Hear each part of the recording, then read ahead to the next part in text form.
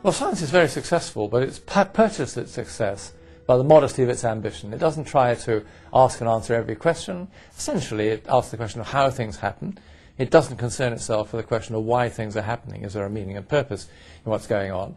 It considers a limited range of experience, essentially treating the world as an object, as an it, as something that you can kick around, pull apart, find out what it's made of, manipulate. And that gives science, of course, its secret weapon, which is the experimental method. If you don't believe it, try it for yourself. You can do it again and again and again. But we all know, of course, there's a very wide range of human experience, which is quite different from that. To begin with, studying the smallest components of something in order to learn about existence is one approach to knowledge. There's another approach that results in a completely different understanding and awareness.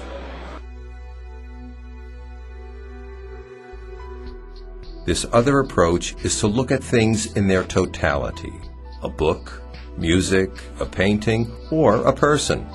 To understand these, you need to look at the whole. As a scientist, he spent a quarter of a decade looking at parts in order to understand. As a priest, he looks at the whole in order to understand. In combination, the two provide a richness in perspective not easily found otherwise.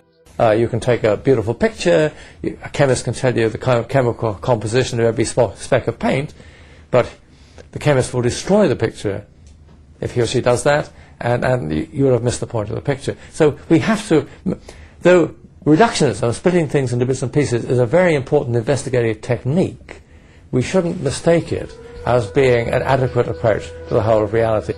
From snowflakes to sunflowers, from ant colonies to metropolitan cities, amazing organization and complex relations are formed quite unexpectedly.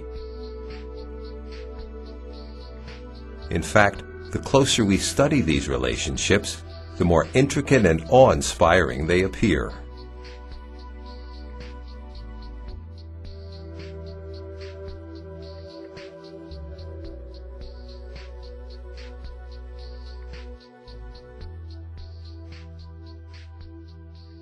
And even science itself is beginning to recognize that. As we study complex systems, just beginning to study them, we find they have amazing properties, self-organizing properties, for example, producing enormous and unexpected patterns of orderly behavior that we would never have guessed from thinking about the bits and pieces. Dr. Polkinghorne offers the metaphor of layers of existence. For him, physical, social, ethical, aesthetic, and metaphysical layers of existence are all interrelated. He places great importance on their essential unity. I'm a passionate believer in the unity of knowledge. I think we live in a world that is very rich and very many-layered in its character. And science, by and large, particularly my sort of science, physical science, only describes one of those layers.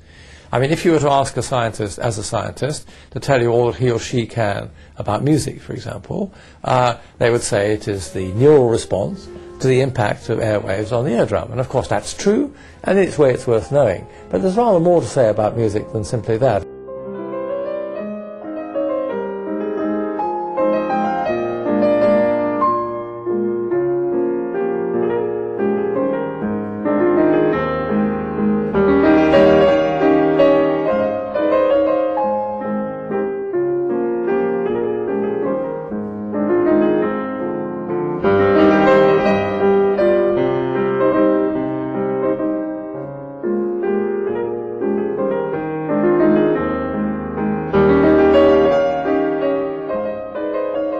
Alongside an aesthetic layer of knowledge, other layers exist which are related to religion and spirituality.